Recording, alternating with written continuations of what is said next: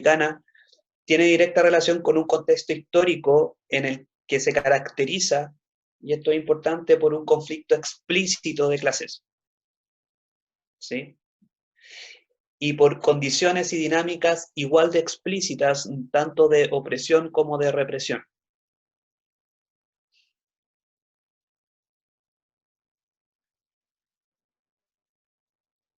Entonces, estos autores y estas autoras estaban viviendo en un contexto histórico que se caracterizaba por un conflicto que ya no era implícito, ya no se manejaba entre líneas, sino que era explícito de clases, ¿sí? Y por condiciones y dinámicas, digamos, explícitas de opresión y de represión. Contexto histórico en el cual, por ende, urgía y, bueno, urgía o urge, eso podemos conversarlo, urgía pensar una disciplina no solo teórica, sino que también práctica, que contribuyera, digamos, a los procesos de resistencia y transformación en dicho contexto histórico, desde la comprensión y abordaje de las condiciones subjetivas. ¿Por qué Domingo Asún, siendo psicólogo social, habla sobre tipos de gobernanza, habla sobre estructura económica, habla sobre patrones culturales, etcétera? Porque pareciera ser que era un contexto histórico que exigía extender la comprensión de la subjetividad y abordarla considerando, digamos, esas dimensiones contextuales, sociales, históricas.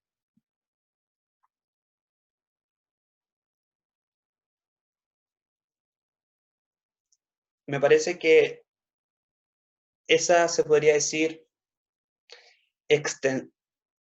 esa urgencia en referencia a la cual, me corté la cámara, no me veo. Sí se ve, profe. ¿Sí me veo? Sí. Ah, va. Ahí sí, ¿verdad? Ahí estoy. Hola. Eh, esa urgencia que motiva, digamos, el contexto histórico de extender la comprensión de la subjetividad es transversal a este andamiaje teórico-conceptual que vamos a llamar psicología social latinoamericana. Y esa extensión orientada a contribuir a los procesos de resistencia y transformación también me parece que es transversal, digamos, a este andamiaje, a todos estos autores y autoras, ¿sí?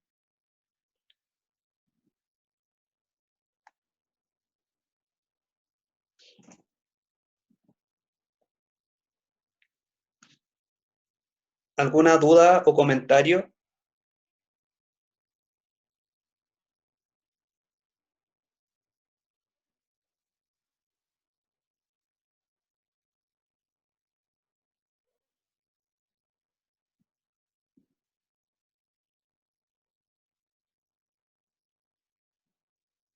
Bien, porque si no, no hay duda ni comentario, continuamos, ¿ya? ¿Qué? Bien, estamos tratando de contextualizar a la psicología social latinoamericana. A continuación, vamos a tratar de puntualizar, digamos, ciertas características generales y transversales que componen este andamiaje teórico-conceptual que hemos condensado como psicología social latinoamericana. Que claro, puede tener ciertas variaciones, ¿no es cierto? Cierta diferencia en el énfasis, digamos, la diferencia de cada uno de estos autores, pero me parece que son características generales que cruzan, que están presentes de manera transversal, digamos, en la obra de cada uno de estos autores y autoras, ¿sí? Por un lado, La psicología social latinoamericana va a proponer que tanto la realidad como el sujeto, como dice acá en la diapositiva, no son productos ni definitivos, ni cerrados, ni autosuficientes, ni objetivos, ¿sí? Tanto la realidad y el sujeto no son productos acabados, se podría decir, sino que son procesos abiertos y dinámicos en permanente construcción.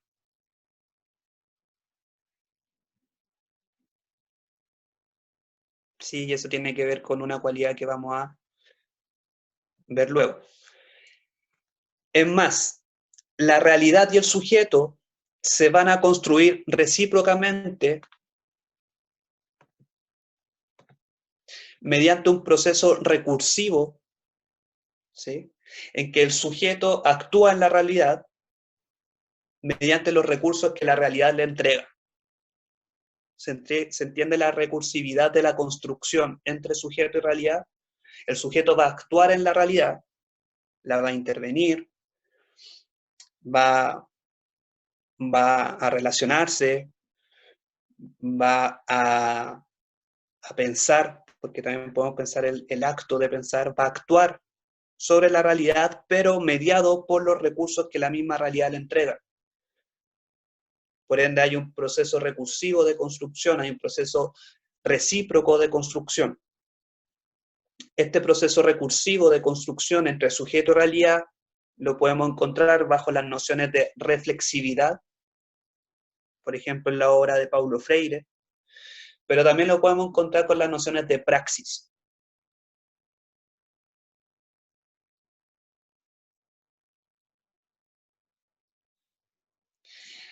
Ahora, este proceso recursivo de construcción permanente entre el sujeto y la realidad va a levantar un sinfín de dudas, que me gustaría enunciarlas para que la tuviésemos presente. Por ejemplo, ¿dónde se inicia, digamos, este proceso? ¿Dónde, por otro lado, dónde empieza y termina lo propiamente interno y lo externo? ¿Dónde empieza y termina el individuo y el ambiente? ¿Dónde empieza y termina lo natural y lo cultural? ¿Sí? Si estamos de alguna forma afirmando una construcción recíproca y permanente entre el sujeto y la realidad. Son preguntas que quisiera como enunciar, no necesariamente responder, pero para que los tengamos presentes. O será, digamos, que dichas distinciones entre lo interno, lo externo, entre el individuo y lo social, se podría decir, entre la naturaleza y la cultura, quedan obsoletas en esta forma de comprender la realidad, en esta forma de comprender al sujeto y su relación de construcción recíproca.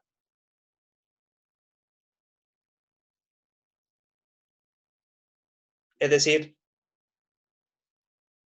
pareciera ser que es un ejercicio, digamos, desafiante, pensar dónde inicia la individualidad, dónde inicia y termina la individualidad y dónde inicia y termina lo social. Pero bajo este marco de comprensión pareciera ser que es un ejercicio, si ustedes quieren, estéril, en cuanto a que esas distinciones se tienden a difuminar, esas distinciones dicotómicas, esas distinciones objetivas, esas distinciones modernas, si ustedes quieren, ¿sí? Entre que existe algo así como un individuo y la realidad.